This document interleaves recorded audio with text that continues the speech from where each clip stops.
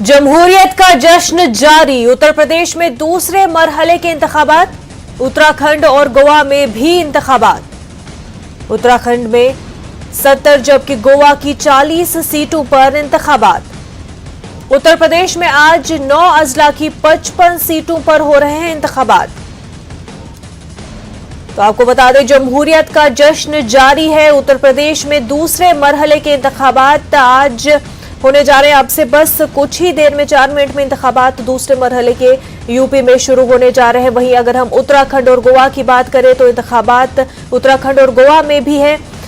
उत्तराखंड में 70 जबकि गोवा की 40 सीटों पर इंतखाबात होने हैं। उत्तर प्रदेश की बात करें तो उत्तर प्रदेश में आज 9 अजला की 55 सीटों पर इंतखाबात होने हैं।